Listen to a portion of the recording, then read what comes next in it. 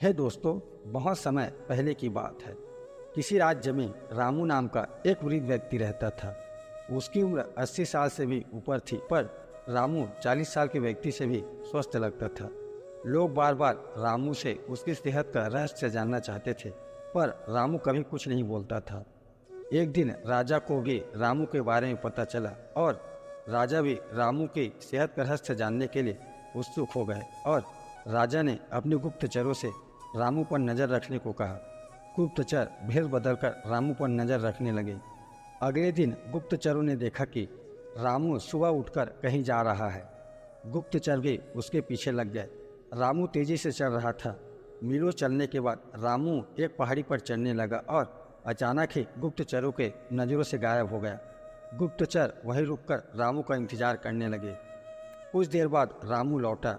रामू ने मुट्ठी में कुछ छोटे छोटे फल पकड़ रखे थे और उन्हें खाता हुआ चला जा रहा था। गुप्तचरों ने अंदाज़ा लगाया कि हो न हो रामू इन्हीं रहस्यमय फलों को खाकर इतना स्वस्थ है। अगले दिन दरबार में गुप्तचरों ने राजा को सारा किस्सा सुनाया। तब राजा ने उस पहाड़ी पर जाकर उन फलों का पता लगाने का आदेश दिया, पर बहुत खोजबीन करने के बाद भी कोई ऐसा असाधारण फल वहाँ नहीं दिखा। अंततः थक हार कर राजा रामू को दरबार में हाजिर करने का हुक्म दिया। राजा, रामू, इस उम्र में तुम्हारी इतनी अच्छी सेहत देखकर हम प्रसन्न हैं। बताओ तुम्हारी सेहत का क्या रहस्य है। रामू कुछ देर तक सोचता रहा और फिर बोला, महाराज, मैं रोज़ पहाड़ी पर जाकर एक रहस्यमय फल खाता हूँ, वही मेरी सेहत का रहस्य है। तब राजा बोला, ठीक है, चलो हमें भी वहाँ ले चलो और दिखाओ वो कौन सा फल है जिसे खाकर तुम इतने स्वस्थ लगते हो। सभी लोग पहाड़ी की ओर चल दिए।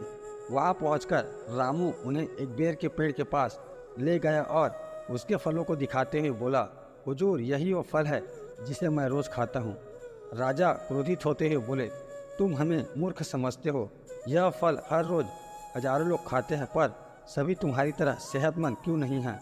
रामू विनम्रता से बोला, महाराज, हर रोज़ हजारों लोग जो फल खाते हैं वो बेर का फल होता है, पर मैं जो फल खाता हूँ वो सिर्फ बेर का फल नहीं होता, वो मेरी मेहनत का फल होता है। इसे खाने के लिए मैं रोज़ सुबह 20 मील पैदल चलता हूँ, जिससे मेरी शरीर की अच्छी वर्जिश हो जाती है और सुबह की स्वच्छ हवा मेरे लिए जड़ी बूटी का काम करती है। बस यही मेरी सेहत का रहस्य है। राजा रामू की बात समझ चुके थे। राजा ने रामू को स्वर्ण मुद्रा देते हुए सम्मानित किया और अपनी प्रजा को भी शारीरिक श्रम करने की नसीहत दी। तो दोस्तों, आज टेक्नोलॉजी ने हमारी ज़िंदगी बिल्कुल आसान बना दी है। पहले हमें छोटे बड़े सभी कामों के लिए घर से निकलना ही पड़ता था, पर आज हम इंटरनेट के माध्यम से घर बैठे ही सारे काम कर लेते हैं। ऐसे में जो थोड़ा बहुत फिजिकल एक्टिविटी के मौके होते थे वो भी खत्म होते जा रहे हैं और इसका असर हमारी सेहत पर भी साफ देखा जा सकता है।